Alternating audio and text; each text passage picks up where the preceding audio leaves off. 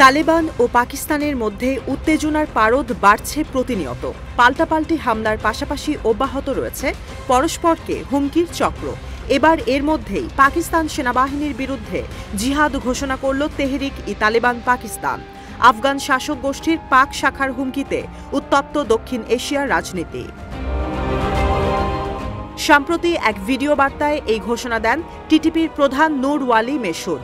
জানান, পাকিস্তান সেনাবাহিনীর বিরুদ্ধে চলছে আক্রমণাত্মক অভিযান, যার নাম দেয়া হয়েছে অপারেশন আল খান্দাক। এ সময় সাধারণ জনগণকে সেনাবাহিনীর বিরুদ্ধে জিহাদে যোগ দেওয়ার আহ্বান জানান তিনি। হুমকির ভিডিও বার্তার পর পাক সেনাবাহিনীতে তৈরি হয়েছে আতঙ্কের পরিস্থিতি। তড়িঘড়ি করে শীর্ষ জেনারেলদের নিয়ে বৈঠক করেন সেনাপ্রধান আসিম মনির ওরফে মোল্লা মনির। এরপর আফগান সীমান্তের ওপারে বিচ্ছিন্নতাবাদীদের আশ্রয় শিবিরে হামলার দাবি করে পাক আইএসপিআর। নবভারত টাইমসের প্রতিবেদন বলছে, জনগণের ভরসা অর্জনের জন্য শীঘ্রই আফগানিস্তানে সেনা অভিযান শুরু করতে পারে পাকিস্তান, যার নাম দেয়া হতে পারে কাউন্টার টেররিজম অপারেশন। বিষয়টির ইঙ্গিত দিয়েছেন খোদ পাক প্রতিরক্ষা মন্ত্রী খাজা আসিফ।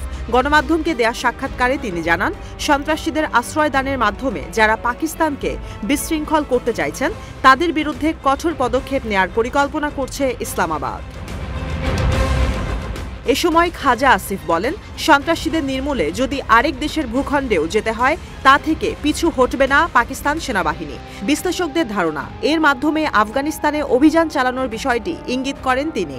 এর একদিন আগেই ইসলামাবাদের শীর্ষ রাজনীতিবিদ ও সামরিক কর্মকর্তাদের মধ্যে উচ্চ পর্যায়ের বৈঠক অনুষ্ঠিত হয়, যেখান থেকে পরবর্তীতে সন্ত্রাস নির্মূলের অভিযানের ঘোষণা দেয়া হয়। ইতোমধ্যে তেহরিক-ই-তালেবান পাকিস্তান টিটিপির সঙ্গে পাক বিরোধী যুদ্ধে সরাসরি সমর্থন দিয়েছে Baloch liberation force BLF, Baloch liberation army BLA ও আফগানিস্তানের শাসক গোষ্ঠী তালেবান।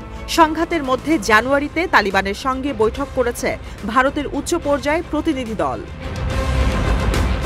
এরপরই প্রায় 500 যাত্রী সমেত আস্ত ট্রেন হাইজ্যাক করে বিএলএ। স্বাধীন বেলুচিস্তানের দাবিতে লড়াইরত গোষ্ঠীটির হাতে বন্দীদের অধিকাংশ যাত্রী ছিলেন পাক সেনাবাহিনীর সদস্য। পরবর্তীতে জটিল অপারেশনের মাধ্যমে যাত্রীদের উদ্ধার করা হলেও বেশ কয়েকজন সেনা সদস্য প্রাণ হারান। ট্রেন হাইজ্যাকের ঘটনায় ভারতের সম্পৃক্ততার অভিযোগ তুলেছে পাকিস্তান, যদিও এই দাবি প্রত্যাখ্যান করে ভারত। বেলুচ ও আফগানিদের সঙ্গে ভারতের যৌথ অপারেশন পাকিস্তানকে কয়েক টুকরোয় বিভক্ত করতে যথেষ্ট বলে মনে করছেন বিশ্লেষকরা।